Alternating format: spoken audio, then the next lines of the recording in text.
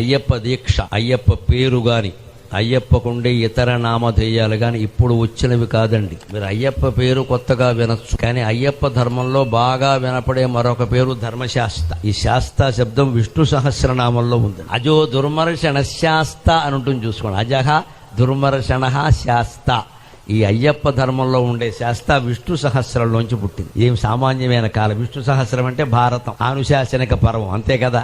భారతం ఎప్పటిది? 5000 ఏళ్ల కితానే. అజో దుర్మర్షణ శాస్త అజక దుర్మర్షణ శాస్త అజక. మళ్లీ పుట్టుక లేకుండా ఉండాలి అంటే దుర్మర్షణ, ఎవరూ నిన్ను అణిచివేయకుండా ఉండాలి అంటే, నీ ధర్మంలో నువ్వు నిక్కచ్చిగా ఉండాలి అంటే శాస్త, అందరినీ శాసించే విధానంగా నువ్వు ఉండాలి అంటే అయ్యప్ప దీక్షను అనుసరించాలి.